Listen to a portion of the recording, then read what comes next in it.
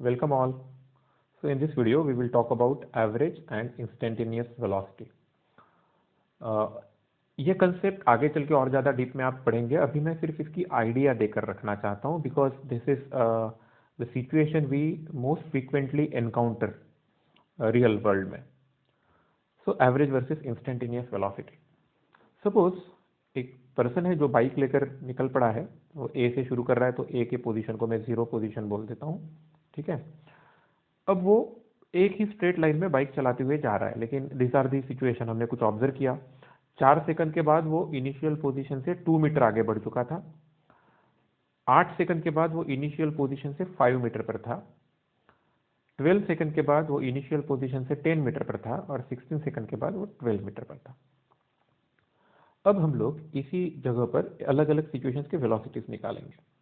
Velocity from A to B, right. ये velocity average velocity, obviously direction fix है इसलिए मैं वेक्टर फॉर्म में भी लिखूंगा. ओके. सो वो ए से बी तक कितना मीटर चला? 2 मीटर. कितना टाइम लिया? 4 सेकंड. सो ऑन एवरेज उसको हर सेकंड में कितना डिस्टेंस कवर किया? हाफ, यानी 0.5 मैं लिख सकता हूँ.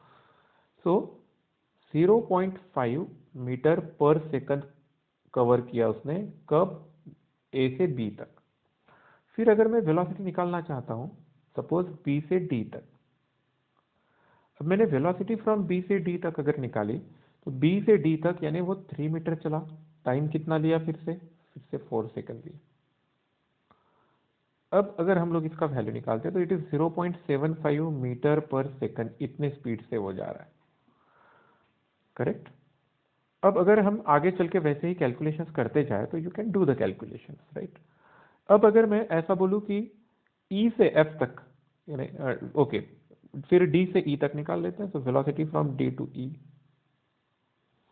सो डी से ई तक टोटल मिलाकर 8 से 12 मतलब वो 4 मीटर चल रहा है. Sorry, not 4 metre, it is 5 to 10 metre, यानी 5 मीटर चल रहा है. और टाइम कितना है? फिर से 4 सेकंड. तो ये कितना हुआ? उसका अगर हम स्पीड निकालते हैं तो 1.25 मीटर पर सेकंड. और फिर ई से एफ तक, यानी velocity in E to F अगर मैं निकालता हूं, तो ई से एफ तक वो चलता है 2 मीटर और उसका स्पीड है 4 सेकंड. सो 0.5 मीटर पर सेकंड. अब आप देखिए कि स्टार्टिंग में उसकी स्पीड 0.5 मीटर पर सेकंड है, फिर 0.75 हुई, फिर 1.25 हुई, फिर से 0. तो धीरे धीरे उसकी स्पीड बढ़ रही थी. ए से बी तक वो जितने स्पीड से गया उससे फास्ट बी से डी में गया, उससे फास्ट डी से ई में गया, लेकिन ई से एफ तक फिर से स्लो गया.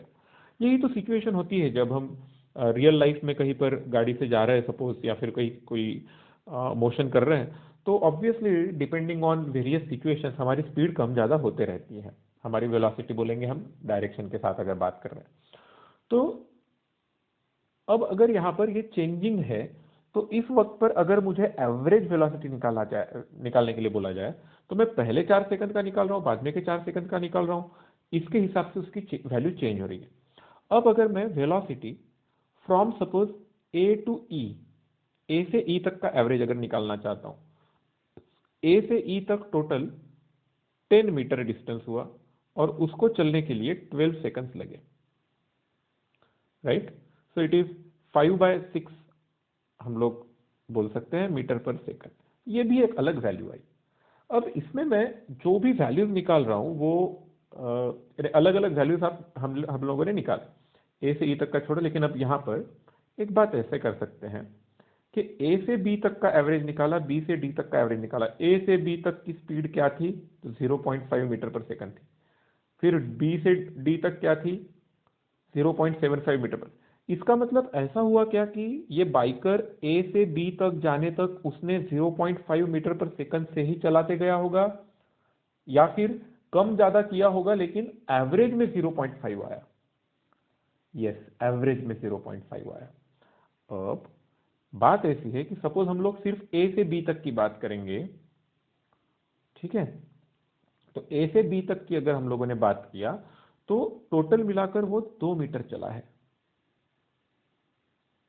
ठीक है. ये सपोज हमारा पॉइंट ए और ये पॉइंट बी.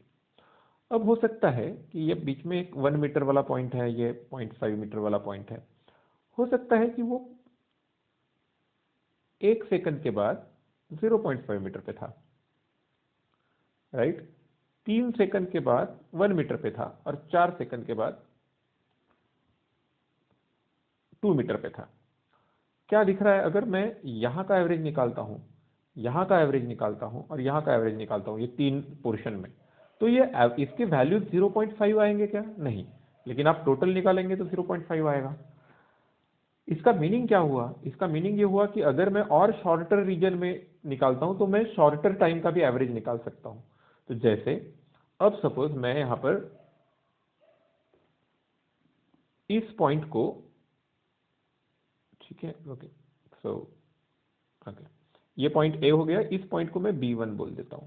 तो ये कितना चला? 0.5 मीटर इन 1 सेकंड। तो मैं उसका एवरेज निकालूंगा तो 0.5 आएगा 1 सेकंड में निकालने के लिए। लेकिन अगर मैं सपोज ये पॉइंट सपोज B2 लेता हूं, तो अगर मैं A से B2 तक का एवरेज निकालू वेलोसिटी का, तो वो कितना होगा?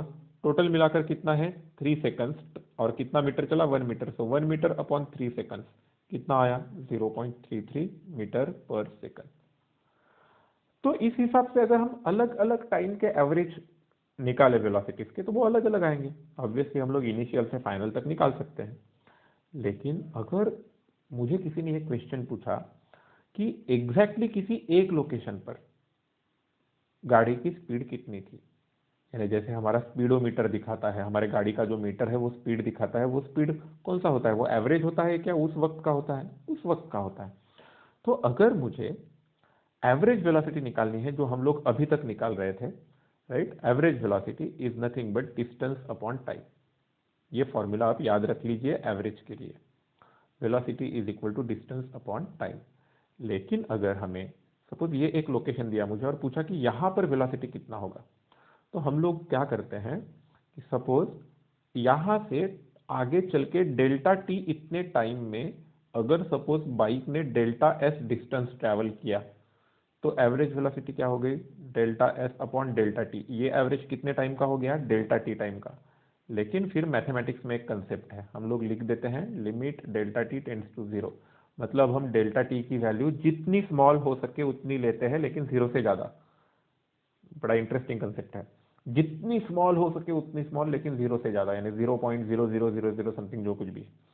ऐसे वक्त पर अगर हम लोगों ने ये वेलोसिटी निकाली, राइट, तो ये वेलोसिटी हो जाती है इंस्टेंटेनियस वेलोसिटी, अगर वेक्टर फॉर्म में लिखा जाए। So simply infinitesimally small, very very very small time interval के लिए अगर हम एवरेज वेलोसिटी निकालते हैं, तो वो हम लोग इंस्टेंटेनियस वेलोसिटी बोलेंगे उसे। आई होप आप ये थोड़ा सा इसे समझ पा रहे हो, एवरेज और इंस्टेंटेनियस का कंसेप्ट। इसको और डीप में तो बाकी हम लोग पढ़ते रहेंगे, राइट। Thank you.